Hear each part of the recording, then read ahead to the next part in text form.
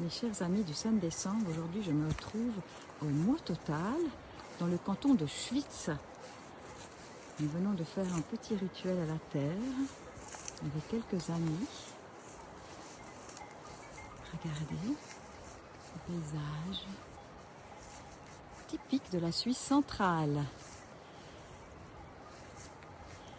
Notre petite plaine du Grütli ici.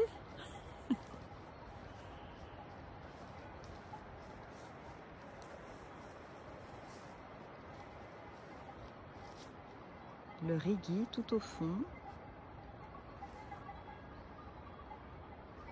Et je vais vous présenter un ami natif du Mototal qui va vous raconter quelques petites histoires ou une histoire.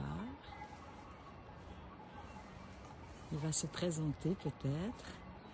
On va voir. Il y a des petits lutins qui arrivent de la forêt.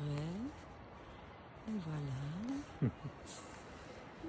Alors je suis Alfredo de Buffard. Bon, alors je vous montre l'espace. Alors vous venez? Oui, on te suit.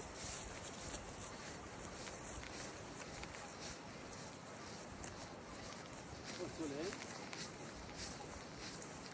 Ah, c'est du direct les amis, hein? J'adore. Alors je vous explique un peu. Vous voyez la Mota, naturellement, le village. Et derrière, vous voyez là dans la forêt, il y a un champ vert, hein, dans la forêt, là-haut, qui est vachement en pente, mais tout autour, entouré de la forêt. Vous voyez le caille, hein, parce que c'est important, parce que là-haut, on possède, ma famille, mon père, il possédait, ou on possède encore un terrain là-haut. Et toujours, vous voyez comment c'est en pente, alors vous voyez, et c'est pas accessible avec des machines. Alors chaque été, on est monté là pendant, oui, chaque jour, on a fait le foin. Alors on a coupé, on a vraiment fauché à la faux. Alors il y avait mon père et les trois fils.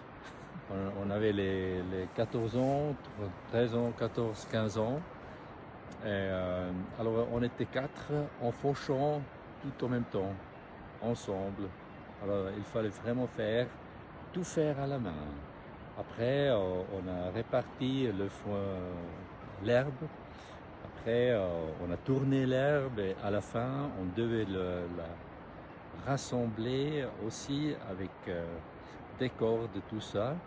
Et on l'a fait partir de en haut jusqu'en vallée en bas, parce que notre terrain, le terrain principal de mon père, c'est dans le plat, en bas.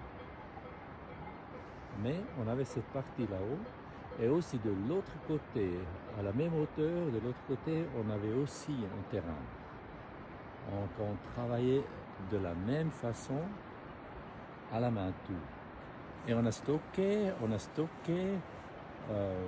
le foin dans une cabane, et en hiver, on est monté et on a descendu le foin avec les luges, avec les grandes luges, par la neige. Alors on est parti par la neige en bas.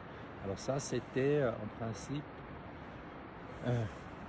quelque chose qu'on a toujours fait, et là-haut on a travaillé chaque été.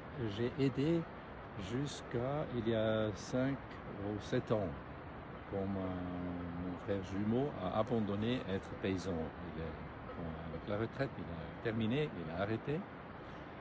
Mais alors jusque-là, chaque été, j'ai encore travaillé à la faux. Bon, on a pu couper à la faux, on avait une machine maintenant, mais pour travailler tout, on était chaque été, j'étais 2 ou 3 jours là-haut pour travailler. Et pour ça, j'appelle tout ça l'ironie de la vie, parce que quand j'étais petit, vous voyez, c'était quand même pas un travail trop facile. Et on a travaillé, on a bossé comme des fous, hein. C'était dur de travailler. D'abord, on devait monter à pied une demi-heure. Et pour ça, on n'est pas allé dans les montagnes. On n'a pas fait des rondeaux. On avait marre de monter comme ça. Et là, j'ai décidé, je ne veux jamais être paysan. Je ne veux jamais être paysan. C'est vraiment pas mon truc. Ça, j'ai décidé. Je savais. Ça, je ne ferai jamais. Mais l'ironie de la vie, c'est exactement moi qui possède maintenant à Buffort un terrain en pente que je coupe avec la faux, que je travaille à la main entre tous les 4 fils qu'on est. Moi, je suis le dernier qui le fait. Et moi, je travaille la terre comme ça, avec la faux, à la main. Et l'année passée, j'ai même créé une viticole. Alors, je travaille la terre vraiment à la main, avec la pioche. J'ai tout fait à la pioche. Et pour ça, j'appelle ça l'ironie de la vie, que c'est moi qui travaille la terre comme mon père. Voilà. Ça, c'est un...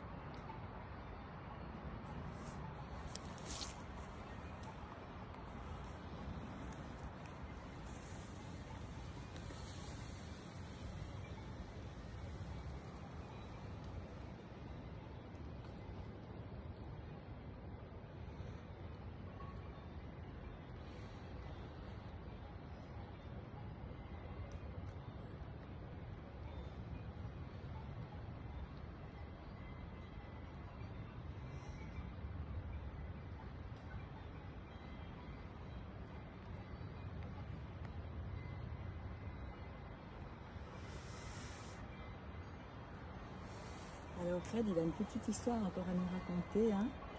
Un petit quelque chose encore pour vous, Voilà. les amis. On est dans ma petite forêt de 60 mètres sur 20 mètres seulement, mais c'est le top de la colline.